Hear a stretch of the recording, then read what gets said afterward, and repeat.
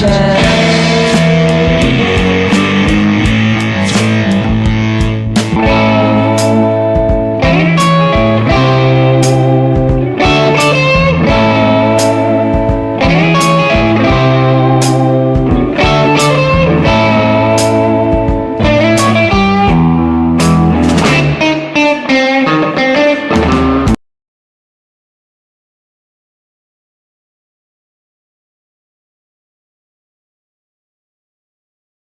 Well, the first half of the final season of Better Call Saul already came and went, and oh boy did it come.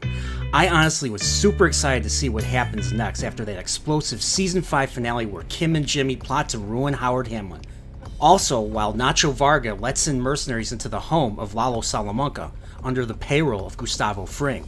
Several fully armed commandos were dispatched one by Lalo, with the final one forced to make the call to confirm that the hit was successful. Lalo, seeing the drink he had earlier, realizes that Varga is a traitor and knows that it was Gus who ordered the hit. The season ends with Lalo walking directly towards the camera. That is to indicate that Lalo is coming and that shit is going to go down and that his presence will most certainly be felt in the final season. And I can say after watching this first half that it does in full force. There will be spoilers for this season and the rest of Better Call Saul and Breaking Bad, so tune out if you haven't watched them yet. With 2 years passing in between the Season 5 and the final season, I was wondering how the conflict between Lalo and Gus would be resolved with Mike running things.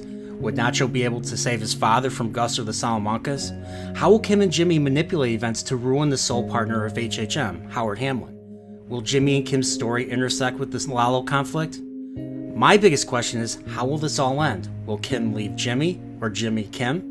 Will Jimmy as Gene take responsibility and own up his mistakes, or will he revert back to Saul Goodman? We shall wait and see where the beginning of the end starts with Season 6, Episode 8 comes back on Monday, July 11th. The first half of this final season begins by subverting my expectations, giving us a lens into the home of Saul Goodman during Breaking Bad, seen for the first time. We see all of his worldly possessions being taken away by movers, including his ties, his criminal code book, his lawyer-up Cadillac, and many others. We see the bottle cap from the very first scheme Jimmy and Kim did and wonder where Kim is during all this, all the while playing an orchestral version of Days of Wine and Roses, the famous song by Andy Williams that was used in the trailer. This subverted my expectations because I went in expecting an opening scene featuring post-Breaking Bad Gene Takovich in black and white dealing with the cab driver who figured out he was Saul Goodman. I think we will see Gene in the last 3 episodes of the show. This season pulls no punches and gets right to the point at the beginning with Nacho on the run from the cartel after the events of the finale. It has become a game of cat and mouse between himself and the cartel, mainly the cousins who have a personal stake in all this, since Lalo was family and probably the one who taught them the skills to be lethal killers. Lalo apparently is dead to the cartel, and everyone's after Nacho because of it. Nacho is literally stuck between a rock and a hard place, which is the name of his final episode appropriately. With the cartel behind him wanting to find out who his employers are, with Gus and Mike also working so that Nacho does get caught and will be silenced so Gus will be safe from any blowback from the cartel. Nacho figures this out, manages to barely escape the cousins with his life, not just once, but twice. After he calls his father one last time, Nacho decides to turn himself into Gus, and they prepare to turn him into the cartel with the proper story, where he ends up giving them a false name, with Mike guaranteeing his father's safety. Nacho, on his knees in front of Don Bolsa and the Salamancas, ends up unraveling everything he thought of Don Hector and realizes that he was the one who put him in that wheelchair and regrets nothing. Nacho stabs Bolsa with a piece of glass and takes his gun and holds him at gunpoint.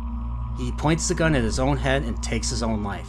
I couldn't believe it. I was so invested in him and his father since Season 3, once Nacho started moving against Hector because he wanted his father's business as a front for his operations. His father, not in the game, refuses to relocate and run and tells his son to simply go to the police, something that Nacho could never do or would mean the end of both of them. My heart was broken, but it made sense because he wasn't in Breaking Bad, and also there were consequences for the criminal life he chose to live, and who knows how many other people he hurt along the way or even killed. He is often compared to Jesse Pinkman, a younger character who is in over his head dealing with evil people like Don Hector, Lalo, and Gus Fring, and ends up ultimately paying the price in the end. Michael Mando's performance during Nacho's final hours were second to none, and he will be missed. R.I.P. Ignacio Varga. Lalo Salamanca survives the assault by the mercenaries, dispatching every single one of them and forcing the final one to call in and confirm that Salamanca was indeed killed and is walking towards the screen, telling the audience he is coming and it ain't gonna be pretty. Lalo's arc focuses on wanting to take down Gustavo Fring once and for all, and the best way to do that is to fake his own death. He pays a visit to the home of Sylvia and Mateo, who treat his wound from the prior attack and pay tribute, calling him Don Eduardo. Mateo comes home and he looks a lot like Lalo but with a massive beard. He shaves in tribute, but Lalo also takes apart a scissor blade, and it is heavily implied that he murders Sylvia and then murders Mateo after he shaves and then burns the body beyond recognition to buy himself some time. This further builds up Lalo as this terrifyingly unpredictable factor in this series. He even murders 2 human traffickers after he changes his mind and decides not to enact revenge right away. He ends up going the opposite way of the US-Mexico border after a discussion with Don Hector, telling him to get proof. Lalo is absent for almost 4 episodes, but his presence is ever looming after Gus figures out from a single visit to Hector that Lalo is actually alive. He's taking every single precaution imaginable, including having a safe house across the street with full surveillance. He has a super secret underground tunnel that connects his house with the safe house. That would be something you'd find in a Zelda game, a body double, and heck, even a couple who pose as the homeowners of the safe house.